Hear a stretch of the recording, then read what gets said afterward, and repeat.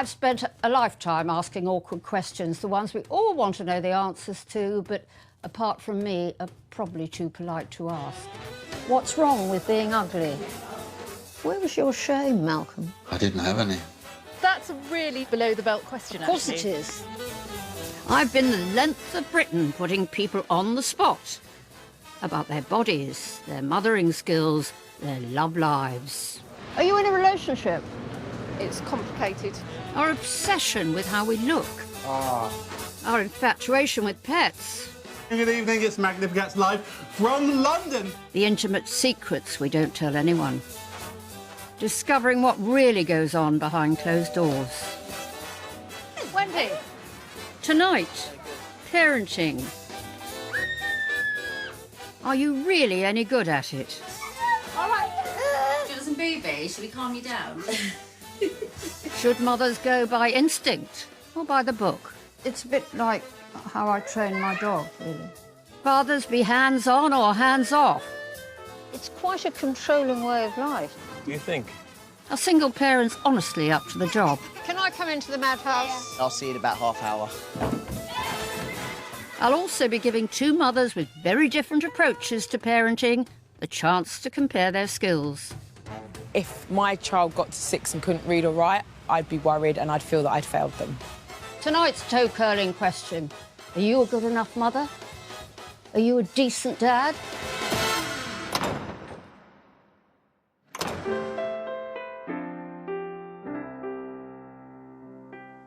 Is it try-on time?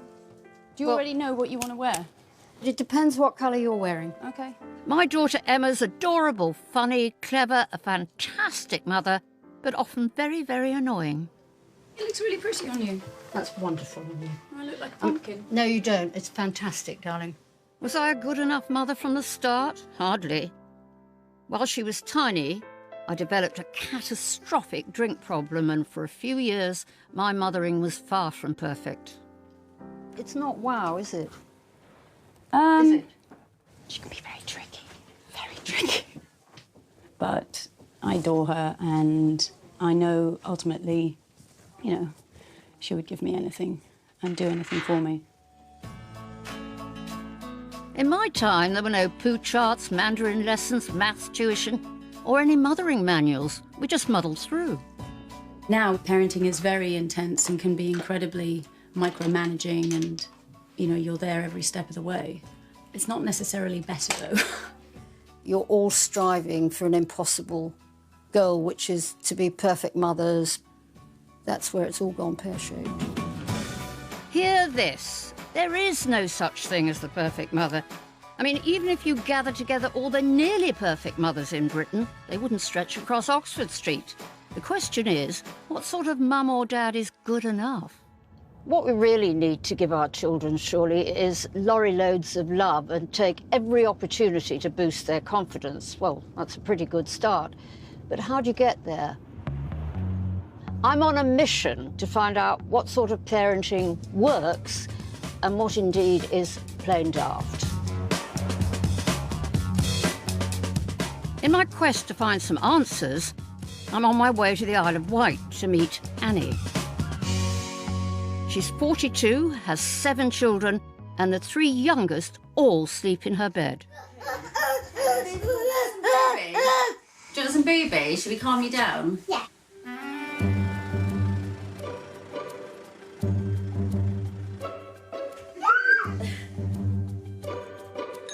Do you want some milk or do you want to get down? Well, good morning. Hello.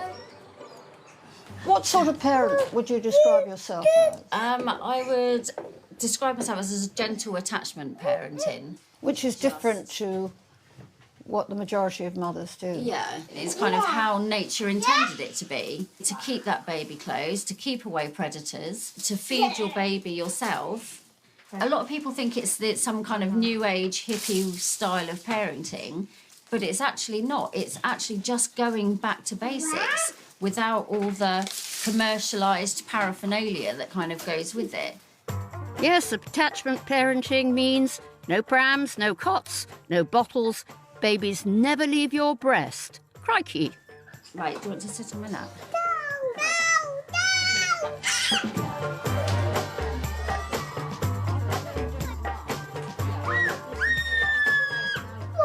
Yes, sweetheart. You pinch me. Okay, will you pinch him? Would you like to say sorry to Freddie? No. No, you wouldn't. Okay. Annie believes the bond between mother and child is sacrosanct. So is there any time your children are left in the charge of somebody else? Up until the age of 2, I don't leave them with anyone, even like with my husband. So what sort of access does your husband have? From afar. And what does that afar actually mean? Making a cup of tea. Lovely. Good. So, Annie, he is handy around the house. Yeah, he's quite well trained, yeah. And do you feel that Annie's way of parenting shuts you out? No, not at all. Not at all. Babies are babies, aren't they? They just lay there, they cry and they need feeding, so I can't really do too much. Supposing Sean had disagreed with your way of parenting. I think I'm a strong enough person that I still would have done it anyway. And what would have happened to Sean? If he didn't behave, I would have kicked him into touch. In essence, the children are more important than Sean. Yes. Yeah, definitely. So how do you find time for just the two of you? Well, we do. We went out for the meal on our own the other week, first time in 9 years, so, yeah. You can't have sex while you're out for a meal. No. No. Oh, no. For Annie, attachment mothering, unsurprisingly, means no school. Tiggy 2, Fred 3, Kiani 9 and Alfie 12 all have classes together. While the two little ones are quiet, I'm just going to show you this technique that I found that will help with your multiplications. Say we had... Can I do that? OK, Mummy's just going to do this to show Alfie. So we've got 32 times 14. But I'm going to teach you... Yeah, you can start from the top. Should we just let the kids draw first and then... Look, I'll tell you what, I'm going to lift this down. Bloody hell, Mum. And then you can both... No. This is serious multitasking. You're teaching multiplication and you're breastfeeding another child. How do you cope with 4 children at home 24/7? I love it. Do you? Yeah, I love being with them 24/7. Yeah, I think that's how I thrive. So the homeschooling is an extension of that? Yeah, because I get to watch them grow and develop and know that that's not down to some teacher that gets to spend all my children's childhood with them. I get to do it myself. Do you think you're a good mother? Yeah, I think I'm a fantastic mother. Do you? Yeah. On a scale of 1 to 10, where would you come? 10, definitely. 10. Your way of parenting is the complete opposite of some child experts, such as Gina Ford, who preaches discipline at every turn. In my opinion, she's trying to train animals rather than, bring up children. In her book, it's about making life easier for the mother. For the mother. That's the thing that I have the issue with, is that, all aspects of parenting at the moment is about what's making life easier for the parent, and it's not actually attending to the child's needs. It's down to me, that's my job. Thank you very much. Lovely to meet you. Too many to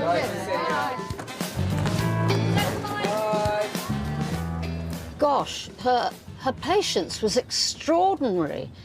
I think Annie probably came out of the womb a fully formed mother, but that chaotic stab at homeschooling, is she really fulfilling her own needs and ambitions? Although, of course, to a certain extent, all parents do. But aren't they missing out on the rough and tumble of having to cope with classmates? I'd say Annie does relentless, back-breaking mothering. Don't we all love to judge? So, next up, 2 mothers whose chosen methods of parenting couldn't be more different. Oh, my goodness. Gareth, I've asked them to take a deep breath and observe each other's philosophy. Oh, come on. This is Charisse. She's 35 and works part-time as cabin crew, but only does 2 shifts a month. Do I encourage them and do I expect them to give 100% effort? Yes, then I'm a pushy mum. And this is Corinne, who's 38. Parenting style, quite laid back, making it up as I go along. Not very good with routines.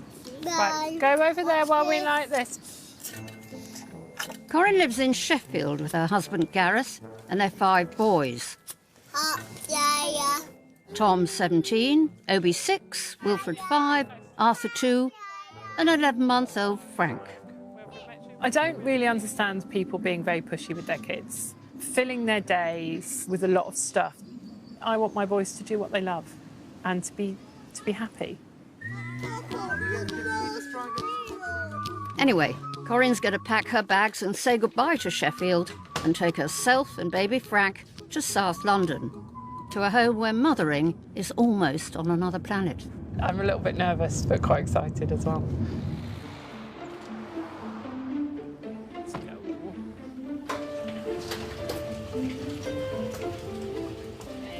The house is empty, so Corinne has a chance to nosy around.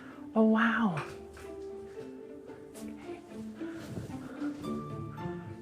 So it looks like the children do jiu-jitsu and boxing. Oh, what's this? Home learning timetable. It looks like they're really encouraged to do well at school. There's also a manual about how this mother does her job. Welcome to our home. I'm Charisse. Today I think there's too much emphasis on doing okay. I want my children to always give their best. Our days are jam-packed, full of other activities too. They have swimming and athletics, as well as piano lessons. I think the amount they're doing is a bit of a shock. I don't see myself as a tiger mum, I'm a lioness. Corinne's going to spend 2 days observing the techniques of Charisse, who frankly sounds a bit scary. Then the tables will be turned. Hello. Hi. This is Frank. Hello, Frank. I'm Corinne. Hi, Corinne. I'm Charisse, as you know. Thank you so much for letting me look around the house. Okay. I can see that you really encourage them, just with the sports. That's the bottom line. Just encourage them. Really, really encouraging. We're really encouraging and supporting parents. If you just want to have an off day and you want to be lazy, we're not going to let you. That's not going to fly. That's what I was wondering. If they say they don't want to do something, that's not really good enough. Charisse's children are all international jiu-jitsu champions. I'm just going to boil some potatoes for the tea. Twice a week after school, everyone is off to training. There's Naya 11, Zuri 8, and Amar 6. If you look at some of the most high-achieving athletes, Lewis Hamilton, his dad played a huge part in that. If you look at the Williams sisters, their dad played a huge... There's always a parent behind there that's literally sacrificing. There needs to be, because you don't create an athlete or a high achiever without that support. We're Team Blackman. We actually have a hashtag. Yes, we do. Hashtag Team Blackman. Okay.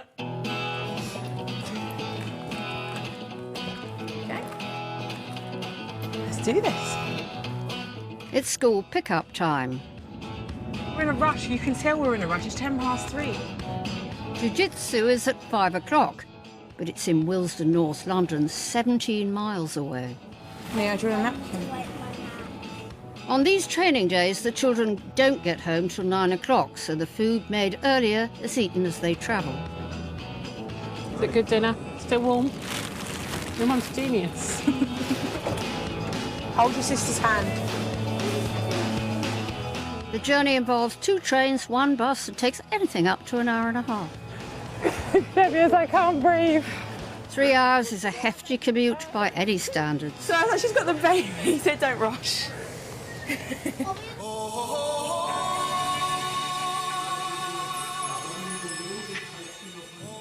So far, Team Blackman have done a 12-hour day.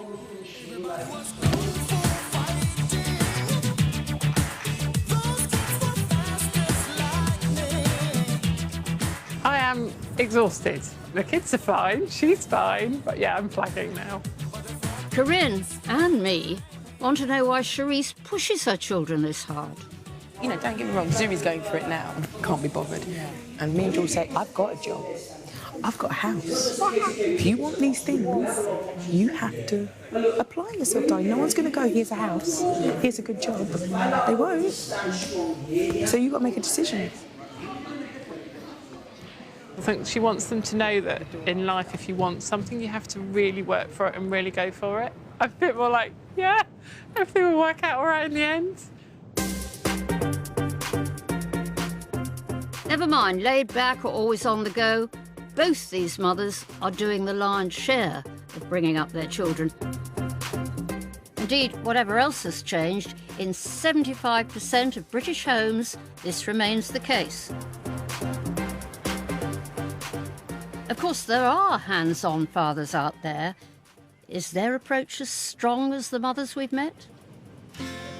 Go for it, man. Here's a dad in Wolverhampton who truly takes the leading role. Very, very good. Steve and Esther have been married for 20 years. Their 4 children's ages range between 11 and 17. Hi there. Hi, Aaron. Hi. Steve. Hi. Hi.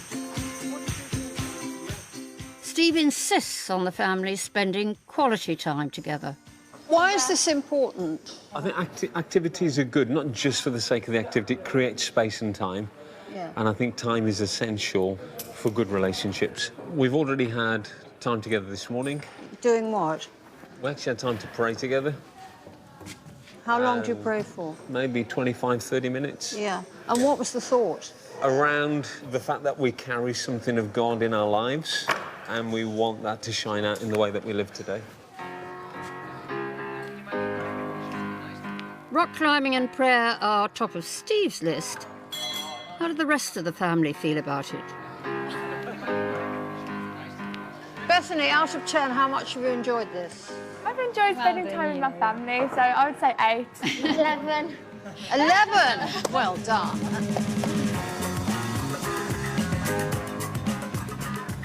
Steve is a full-time leader in the Church of Nations, and his parenting is solidly based on what he sees as Christian values. I think the Bible has a lot to say about how parents treat children, how children treat parents, and how society should be. So that becomes my kind of guideline in the way that I'm parenting, whether it's around character, morals, integrity. And where does obedience play its part? I think obedience is very important. It's a form of honour when somebody asks you to do something and you do it without kind of giving lip back. Steve's unbending doctrine has resulted in hugely respectful children who are almost angelic around the house. But what about Esther? Where does she fit in? If someone were to observe you and say, well, Steve seems to call all the shots in this family, what would you say, Esther? I would say that he does lead this home. Yeah. He holds to firm boundaries, and I'm really pleased that he has. Because early on, if I thought he was being too harsh with one of our kids, if they're having a big tantrum at 2, Yeah. I'm so grateful that he held the line and was firm, because now the behaviour is fantastic from the kids. And we've realised that if you can discipline them when they're young, as they get older, they're a delight. I trust Steve. I think he makes good decisions and good choices, and I want to submit to that. Would you call yourself an obedient wife? I'd like to think I am. Really? I'd like to think I am. I find real freedom in just submitting to him.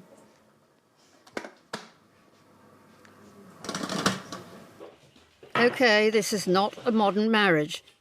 Might there be any popular 21st century influences under this roof? The children, have they read Harry Potter? Have you read Harry Potter? Yeah.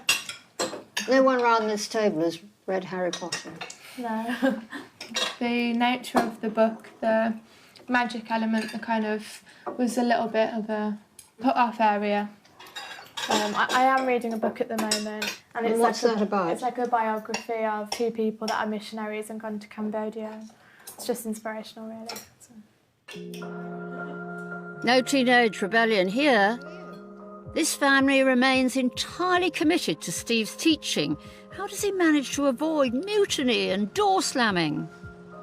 Well, it's called date time with Dad, but with the boys now, we call it a boys' night or boys' evening or boys' time. Yes, once a month, Steve spends one-on-one time with each of his children. Today, it's 17-year-old Beth's turn. How would you describe your relationship with your father? It's a very close, I think, compared to a lot of people I know. So if I wasn't here today, what would you two be chatting about? Because university is so much on the table right now. Conversations around university, conversations around what she's feeling, what she's thinking. And Steve, how realistic is it once Bethany goes to university and is in this mix of new friends whose values will be very different? Yeah. I mean, I think they'll be tested. She won't just be left. You know, I will be praying for her, but I think she's smart enough to make right choices. And do you have rules about sex before marriage? We believe that sex is best within a marriage context. And we've taught that to our children. I think it's just there's something special about waiting, and I don't think I'm at an age to decide I'm going to marry this person. So until I realised that, then I'm not in a place to have a boyfriend. It's quite a controlling way of life, Steve. Do you think? Well, it could be interpreted that way. Okay. I guess it's how you define control. Yeah. And whether control's wrong or bad. And if it was abusive, if it was manipulative, I would agree it's wrong. How sure are you that your way is right? I'm not. It just seems to be working right now. I love my kids, I love what they're becoming. If somebody showed me a better way, I'd take it. I think it's fair to describe that as a single-handed iron grip on family life. Not a squeak out of any of them.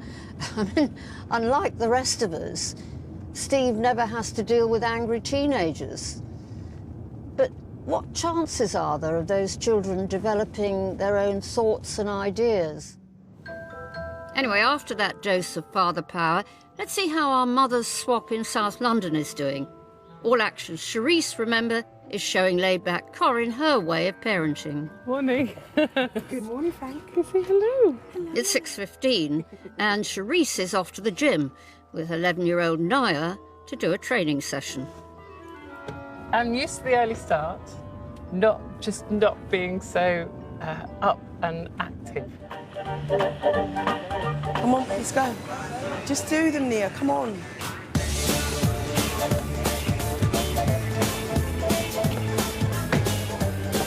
Keep going, faster. We're doing 3 sets of 15. Go.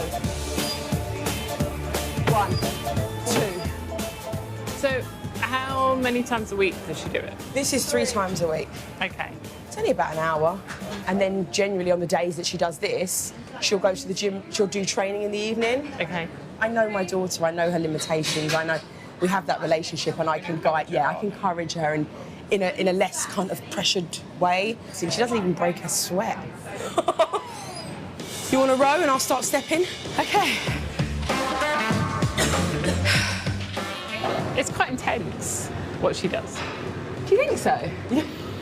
It really is. God, I sound like a nutcase, don't I? I think that just from my point of view, I couldn't imagine my eldest doing this. But then I suppose if you'd seen how she competes, it kind of ties in. You can't make a cake without breaking a few eggs. Trust me, they will thank me. 5 minutes, do some sprint rowing, and then we'll just do some sprints and we're done, okay?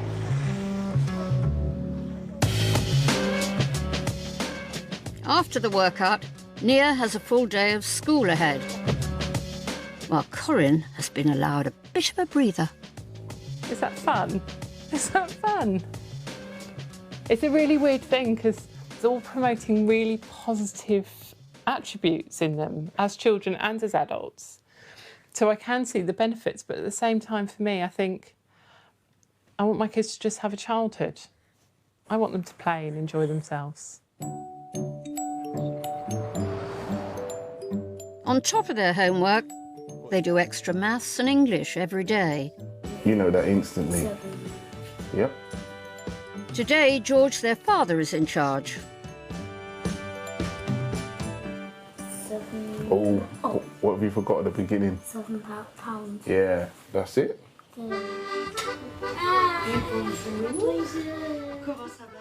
And after maths, it's French. Est-ce que c'est un problème ou une solution? Problème. Ah bon? Tu as appris ça quand tu avais 2 ans. Merci, madame. So the kids do a lot with school and sports and everything, but also then they've got tutoring on top. Yeah. Do you ever feel like that's too much for them? I just don't think that's even a question. How can you encourage someone too much? Maybe that's too arrogant, I don't know. They're never getting out of the tutoring. But the training... That's too important to you. Doing well at school is really, really important. Well, to them, really. Corinne has chosen to be a full-time mother, unusual these days when 3/4 of all mothers have a job. I was an unashamed career mother with plenty of hired help at home, exactly the same as my mother had been, and out of the ordinary for her time and mine. And gosh, was my way met with disapproval. Nowadays, of course, the ambitious career mother is commonplace, the only difference being that it seems to come with an enormous amount of guilt and an absolute desperate need for perfection. So how easy is it to have a successful career and still be a good enough mother? Can you really have it all? Great, and so this is Felicity and Christopher Kane. The front of the book on the sweatshirts, yeah. They're brilliant. Lorraine Candy is editor-in-chief of Elle UK, one of the world's biggest fashion magazines. She has 4 school-aged children. Her full-time job includes travelling to international fashion shows, sales meetings, advertising budgets. Hello, Lorraine. And, of course, decisions about what goes into each edition of her publication. For autumn-winter, there is a lot of spring-summery type colours. Pink is a colour, baby blue, there's a lot of denim, and there's a lot of velvet. How does she juggle all that with 2 teenage girls and a 4- and a 6-year-old? What are you missing out during the day? I do miss out on things. All working mums miss out on things. I miss out on, sometimes on a sports day. You know, often the one big meeting you have a year happens on the same day as the thing that your 12-year-old really wants you to be at, and it's very difficult to make that decision. Does it bother you more than her, do you think? Yeah, I think it bothers working mums much more. Lorraine has been an editor-in-chief for more than a decade, crucially, all through the early years of her children growing up. She was back to work 3 months after her first baby. Has that been hard? Society tells us we have to feel guilty about those things. And actually, my husband has never been asked if he feels guilty about having a full-time job. I've worked really hard. I don't want to give that up. I'm happier being at work. Lorraine has the enviable advantage of plenty of hired help and a very modern husband. Very hot, be careful. There's a full-time nanny, and James, who's in IT, often works at home. Hello. Hi. Hi. Are the children happy about this setup? Your mum is fascinating because she has this incredibly high-powered job.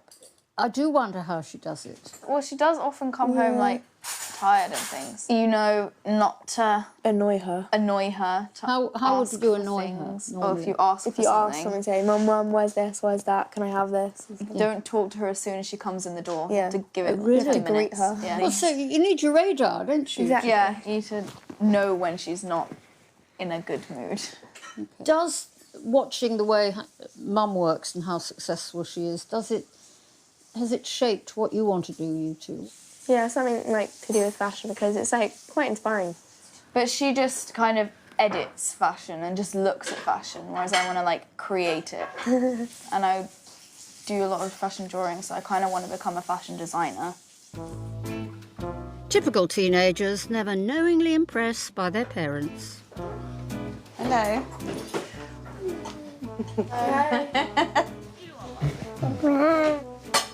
Does Mum not get a kiss when she comes in? No, she usually goes straight for Mabel. Yeah.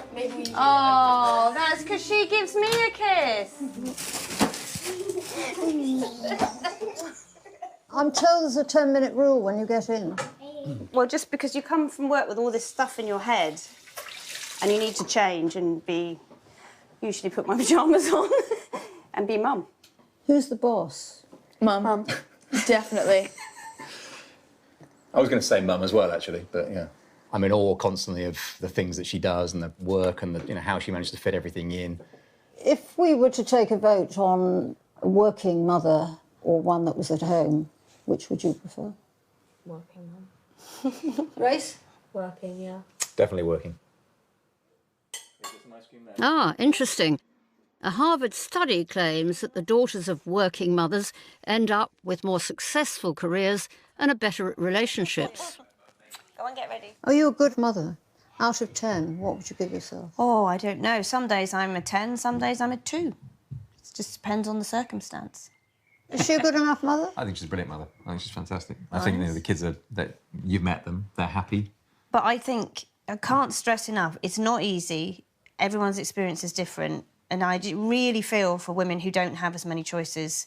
Where's your major guilt as a mother? I don't feel that giant guilt because I refuse to feel that giant guilt because I'm living a happy life, they're living a happy life. That's the life they know, that's the life we know. And we're really lucky that we've managed to make that happen. I've had a lovely day. Lorraine, thank you very much. OK. Cheers. Lovely to meet you. I suppose the question is, Lorraine, with a lucrative job and a highly supportive husband, is she a good example of having it all? Well, yes, up to a point. Although I suspect secretly, even she at times can be found paddling fast underwater. But for me, it shows you can work full-time and still be a good enough mother. It's changeover day on the parenting swap.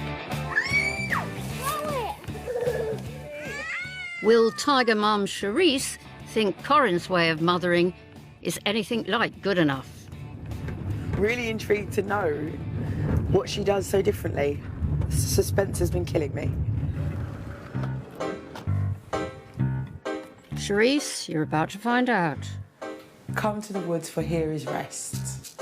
She's got the house to herself to pick up clues. Ooh, walkie-talkies. Oh, wow. It's all kind of like ropes and outdoor things. I'm thinking very kind of one with nature, definitely. And like Charisse, Corin has spelt it all out in her handbook. My husband and I are both trained as forest school leaders, and we have based the boys' early years education on this philosophy. Forest school? Oh. Countries such as Denmark and Finland, children start their formal education at 7. The children are given lots of opportunity to get on and play without much interference from us. OK. I do believe that children should start learning very young. She's going for a more nature-based approach. Hello, Corinne. Hello. Hello. What we're going to do is go to the woods. OK. We're all ready to go with all the stuff. Did you see all the stuff on the table? Yes. I was like, I thought we were going hiking. There's walkie-talkies and everything. Obi, where else? Oh, no, I've got Obi. Arthur. If you go down in the woods today, you're sure of a big surprise. If you go down in the woods today... Corin's 5- and 6-year-old have no formal education whatsoever. Every day instead, the trees call. Do you have like any kind of lesson plan, or is it just you kind of bring them out and let them kind of... Yeah, we just bring them out and Get on with it, basically. Yeah. OK, there's no like kind of structured kind of set of... Sometimes come with an activity in mind. Quite often they're not interested in doing. And before anyone gets smug about this sort of schooling being unhelpful, let me tell you that studies show that daily outdoor play promotes physical and emotional well-being in kids. So how about with like reading and stuff? I saw, do they do reading? No, we're not doing reading and writing with them yet. OK. But Obi, once he's 7, which is October, we're going to start a bit more formal. Will you start like phonics and things like that? I'm not sure, actually. I'm not sure. I need to look into it a little bit more. OK. I haven't thought about it a great deal yet. So what made you decide to do it differently with Obi and Will from that? I really do like the fact that they get lots of time to play and learning through play. And I think sometimes learning through play is misunderstood in teaching terms, because it tends to be, we're setting up this play situation that you're going to learn through.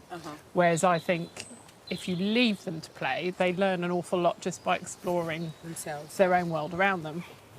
So I'm guessing you probably thought we were a bit kind of concentration camp style in our house. Hour of learning every day, maths, English, handwriting lessons. I saw it and thought I just couldn't do it. I'm too disorganised. So just success for your kids, is that an economic success, do you think? Not necessarily an economic success, but I just don't want them to be denied opportunities. Okay. I'm acutely aware that regardless of what generation I am, which is the second generation, my children are always going to be viewed as immigrants. Really, you think? Massively. And the opportunities for them won't necessarily be there unless they are at a certain standard and a certain level. That makes so much sense. Does that make sense? I don't know if I could base their whole early years education on just going to the woods every day. If my child got to 6 and couldn't read or write, I'd be worried and I'd feel that I'd failed them. This way.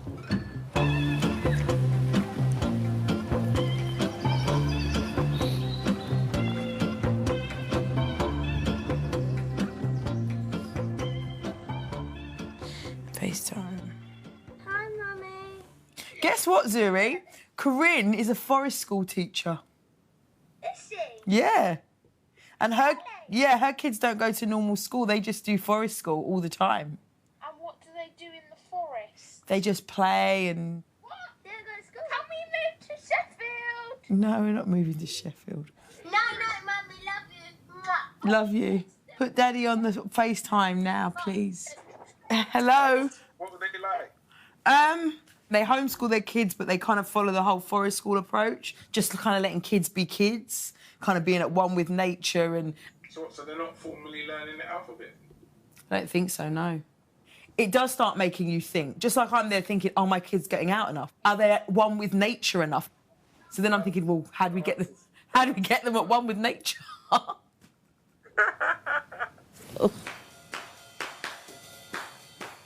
Most new mothers start off not having the foggiest idea about babies or indeed what to do next. Alas, this has spawned a huge industry. There are now more than 35,000 books and 1 million online forums handing out advice. But are gurus a hindrance or a help?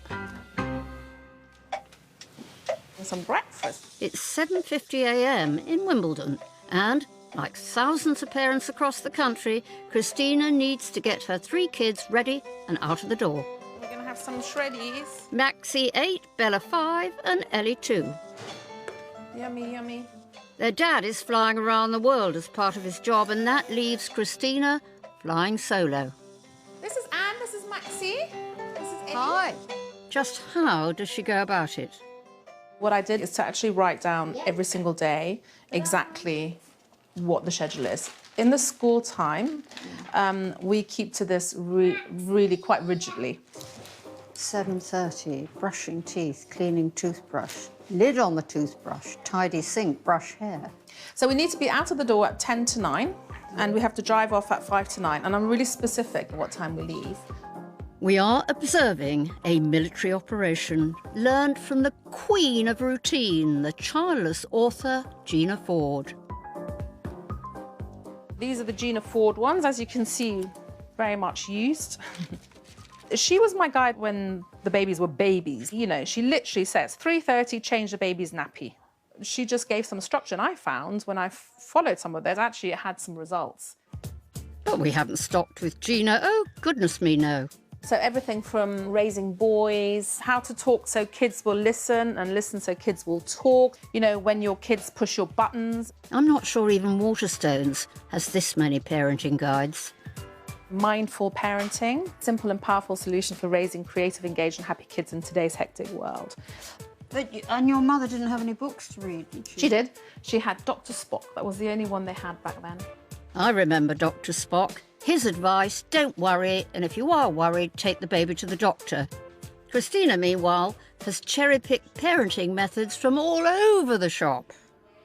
So this is my pasta pot, and as you can see, it's very much used. Why would it be a reward to have dry pasta? Very good question. Because when this pasta pot fills up to the top, the children can exchange it for either baking time with myself, or for an additional 30 minutes television time, or for an outing. So, for example, now we're planning an outing to Chessington. So the idea behind it is that everybody's really motivated and we don't have any sort of meltdowns first thing in the morning whilst we go to school. It's a bit like how I train my dog, really, because it's incentive all the time. It's yes, absolutely, but it takes about 66 days for a new habit to kick in. They're in pyjamas at the moment. Yes, so the next thing we're going to do is get them dressed. Oh, I'm waiting to see, because there'd be no dawdling or anything, will there? It would just be like that. Well, I don't know, we'll see. Can you show everybody how you put on your top? Can you do it? Do you want to take your pyjama, put it under your pillow, make your bed and get a pasta token? Don't forget the pyjama. And then 1, 2, 3, zoom to the bedroom. And how consistently effective is this reward system? That's very good. Also, where do you go when the pasta pot doesn't cut the mustard? We don't do punishments. Well, Mama tries not to. So how would you calm down? I'd use a method that my mum made up. It's called EBS. And what does EBS stand for? Emotion, breathe, and solution. So you have to tell your emotion, and then you have to breathe. Yeah. And then you have to try and think of a solution. I hope we're all paying attention. We're going to put shoes and jackets on, and I'm going to give pasta. To be fair, it takes just 15 minutes from pyjamas to shoes on. It's hard not to be impressed so far. Look, did everybody eat well at the breakfast table? Yeah. Yay! 1 pasta token each. Making beds, 1 pasta token each. But that's for everybody. That's right, because you don't want them to be in competition with each other. So the idea is that we work together as a team to fill up the pot. Obviously, the pasta pot gets in the car with the rest of us. Christina's first stop is Ellie's nursery. Right, come guys, we don't want to be late. Come, Ellie. But oh joy, I get a taste of what happens when pasta power runs out. What's the matter? So what's happening is that Bella's feeling a little bit sad because she feels that Maxie is not her best friend anymore. What were you feeling? Upset. You were feeling upset. And what else were you feeling? Really annoyed. You were feeling really, really annoyed. Do you want to ask Maxie what happened? Well, I was kind of telling you off because whatever you were doing, it wasn't very good, and I didn't want that to be on the TV, and because you might be embarrassed or something. Oh, okay. And is that what upset you, Biba? Okay. Could you have used a different tone of voice? Well, it wasn't a mean tone of voice. Oh, okay. So, Bella Boot, he was just worried about you. What would you like Maxie to do? Do you want to cuddle? Aww. Are you feeling better, Biba? Yeah? Great. That wasn't in the schedule, of course. No. If I hadn't done that, that might have festered. So our whole day might have been derailed. As opposed to now, it's taken me 5 minutes. Yeah. It's sorted out, they're friends again, we can continue.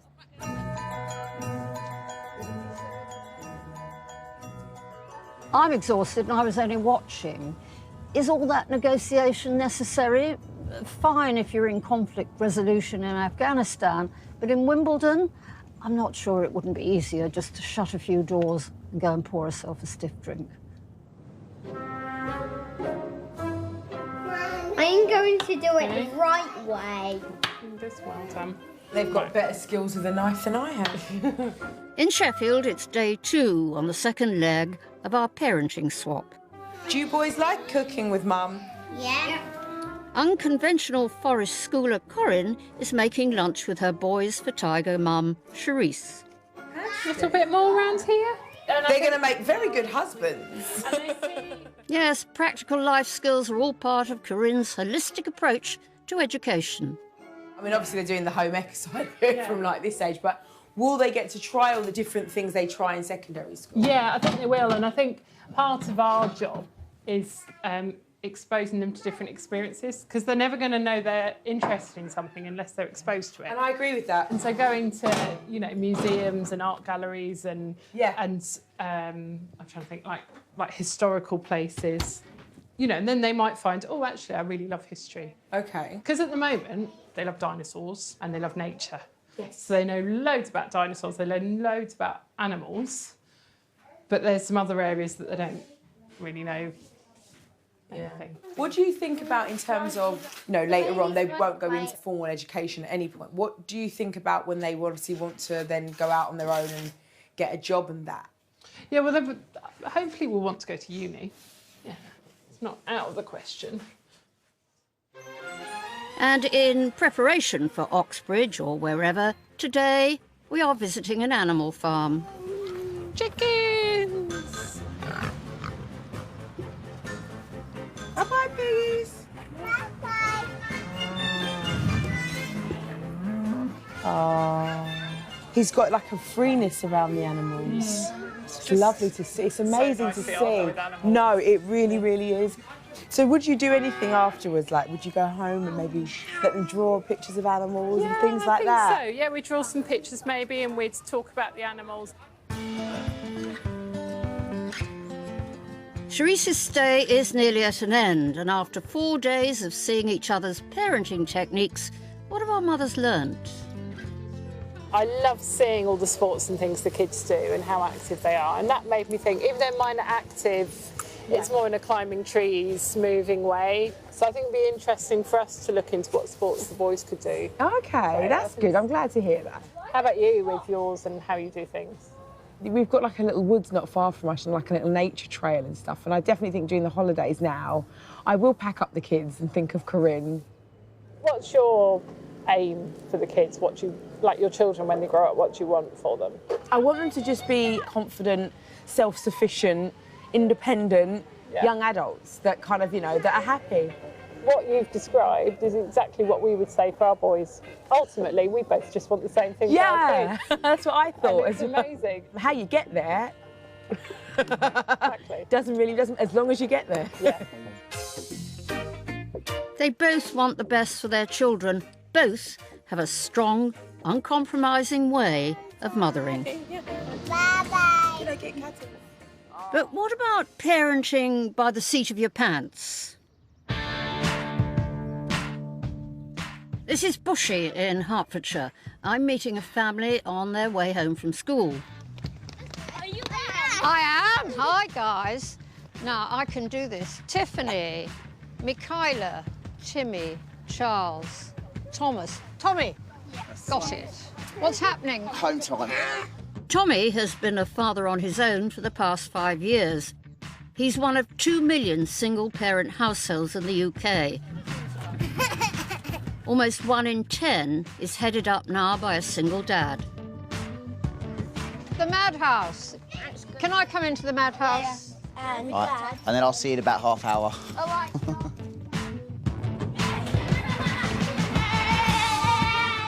Managing 5 children, all under 9, is a hefty enough task for 2 parents, never mind doing it alone.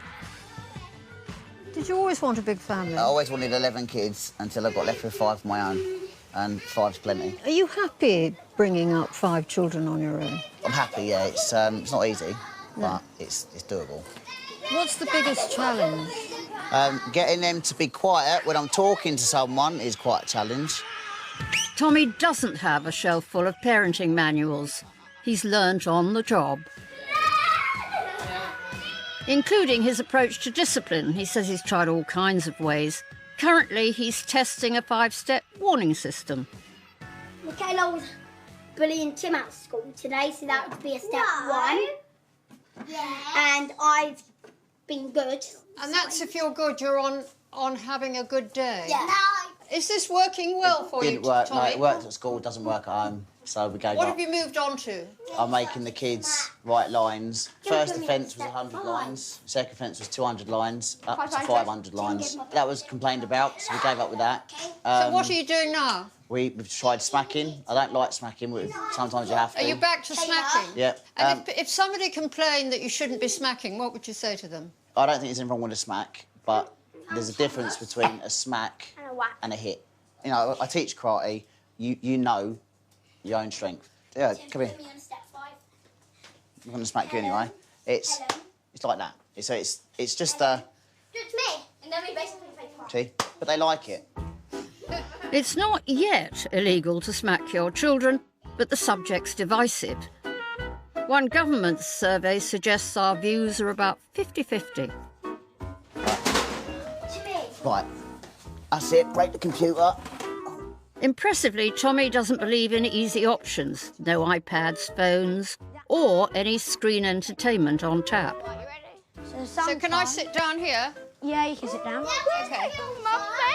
Right. How much television do you watch? Hardly any. We don't usually watch any TV. Do you mind that? Yeah, no, I don't mind. because I don't really like TV. Because I've got loads of stuff upstairs I'm interested in. What are you doing upstairs? Tommy doesn't supervise homework or push them academically, yet 9-year-old Tiffany and Thomas, a year younger, are in the top sets for all subjects. So all this is yours? Yeah, all of this. Yeah, and what's in these books down here? They're my school books. School books. Can you work with all the noise? Not necessarily, no. No. That's why I usually have the door shut. They can't come in until you've done your writing? No. Do you think when you grow up you might be a writer? Yeah, so I have been published. Have you? Yes. But this was published for poetry. That's the one I wrote. Great Britain is the site of the slow-moving London Eye. Great Britain is the sound of the noisy chiming of Big Ben. Great Britain is the smell of sweet grass in green meadows. Great Britain is the taste of salty fish and chips. Great Britain is the feel of soft sheep's wool. Well done. And you're only 7 then? Yeah. That's very good.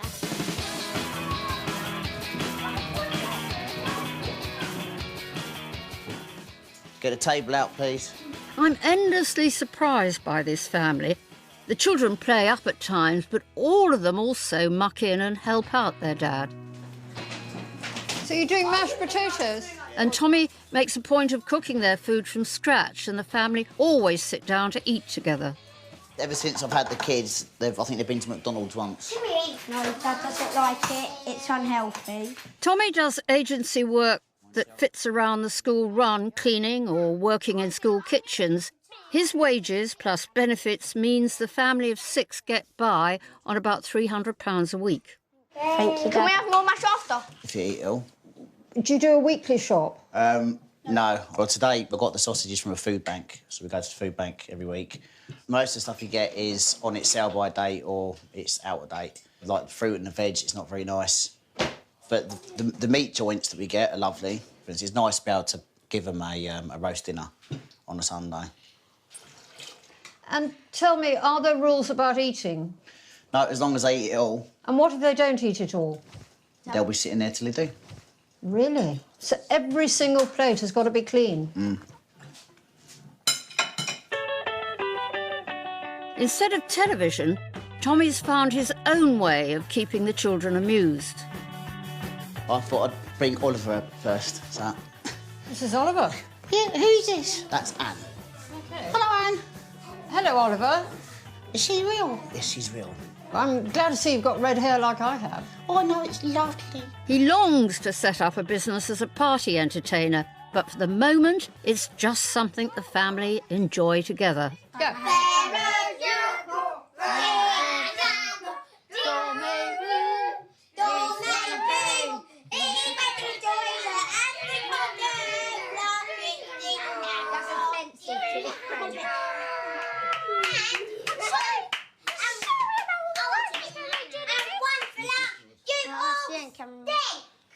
Charles, come here. It's bedtime. Brush your teeth. Go to bed. Go to sleep. It's not bedtime. I think it is. I'm enchanted by Tommy's hit-and-miss regime. His children are cheerful, noisy, happy, and trust me, bedtime means bedtime. Good morning. Go to sleep. You know, the influence of a mother is thought to be so important. Do you feel they're missing out, not having... Nah, not at all. I've always thought it was important to have both parents there, but they never mention, they never talk about her. Do you think there's a difficulty? You've got 2 daughters and they'll reach puberty. Do you... Well, actually, Tiffany's at the age where it's time to start asking questions. So I actually, Thomas has already got a book and Tiffany's now got a book. And I said to her just the other night, if you've got any questions, come and talk to me. And then yesterday, we still had Michaela up, she was just throwing puberty and pregnancy at me. And it's like, right, we'll talk about that when the others aren't about. Again, you're just gonna have to deal with that. When the girls do get boyfriends, that's fine. Bring them round. And when they come in, you've got all my karate belts on the wall, and you've got all my photographs, my medals and stuff, and they go, oh, I'm not gonna mess her about. What do you want for your children in the future? I want them to be happy, and that's key. I think that's more key than anything else. I'd like them to do well, but I'd never pressure them. I don't push them into anything, because I don't want to, I'm not a pushy parent. I mean, they're confident. I think if I was pushing and pushing all the time, they wouldn't build the confidence the way they have. How would you describe your sort of parenting? They run a loose, tight ship. That doesn't make any sense.